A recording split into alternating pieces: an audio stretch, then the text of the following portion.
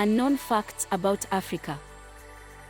The African continent covers a vast area of land with a lot of current and historical information that is unbeknown to a lot of us. In this video we will get to know some of those very interesting facts about Africa. The Sahara Desert. The Sahara Desert is the largest hot desert in the world.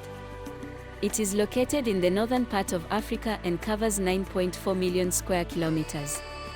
That is about the size of the United States and spans nearly a third of the African continent.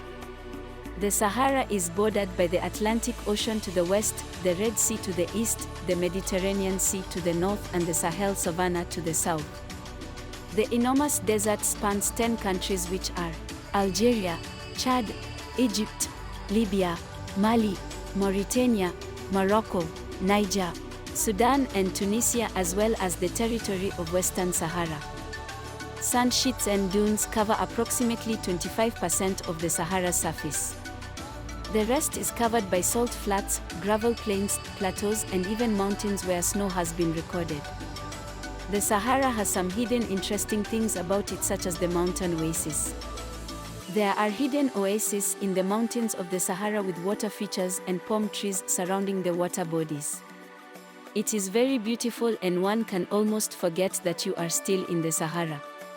Scientists have recently suggested that the whole region at some point was all green and fertile as the oases currently are. The Killer Lakes.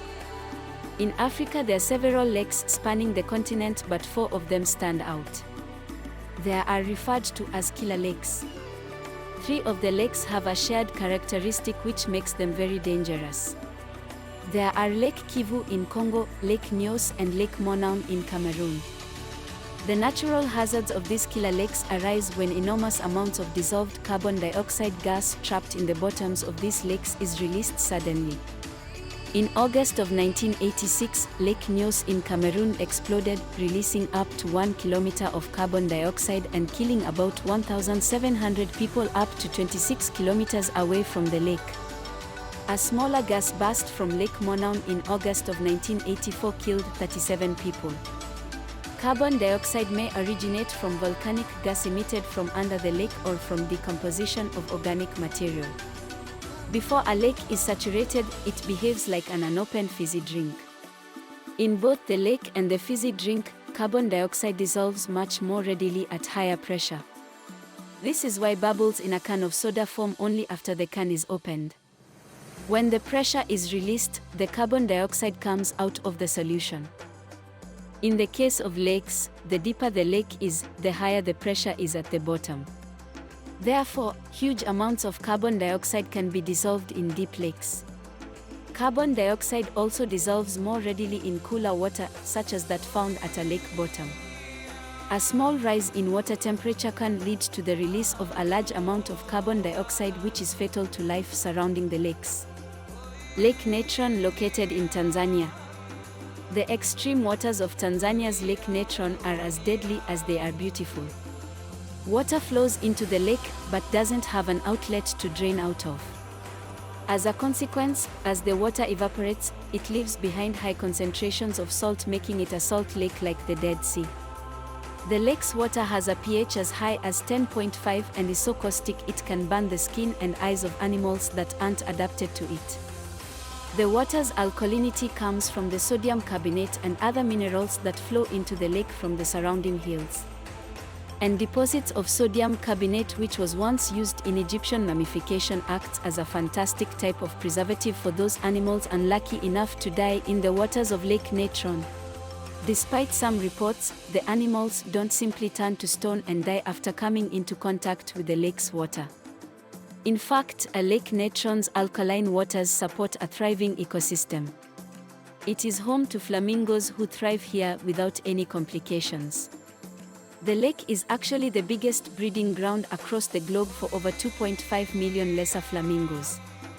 These flamingos are able to feed off the blue-green algae that grow in this lake. Certain other water birds, like storks, are also not negatively affected by the lake's cyanobacteria. The Nubian pyramids. Less famous than their Egyptian neighbors, Sudan's pyramids have been astonishingly preserved for thousands of years. Thousands of years ago, Maro served as the capital city of the Kingdom of Kush, the realm presided over by the Nubian dynasty. The pyramids here, which are almost 5,000 years old, are spread across 3 sites and are different from their more famous Egyptian counterparts on account of their smaller bases and steep sloping sides. Unknown to most visitors to North Africa, the site is home to around 200 pyramids and temples, more than there are in the whole of Egypt. Sudan's pyramids were designed as tombs for the Nubian kings, such as the El Kuru necropolis, which once housed the tomb of the famous King Tanutamun. Step inside today and you'll notice the elaborate paintings that adorn the walls and showcase the highlights of the reign of this celebrated king. The Nubians took inspiration from their Egyptian neighbors as well as the ancient Greeks and Romans in order to create their own distinctive structures. Given their age and isolated location, it's a wonder that these structures have survived so intact. However, sharp-eyed visitors to the pyramids in Sudan might note that several of the monuments are missing their top points, which is due to Giuseppe Follini, an Italian explorer who blew up several of the pyramids in search for treasure in the 1880s. Follini plundered the tombs of the likes of Amanishakheto, a Nubian warrior queen, in order to sell the spoils to European museums. That is it for today's Unknown Facts. If you enjoyed the video, feel free to like and subscribe to our channel.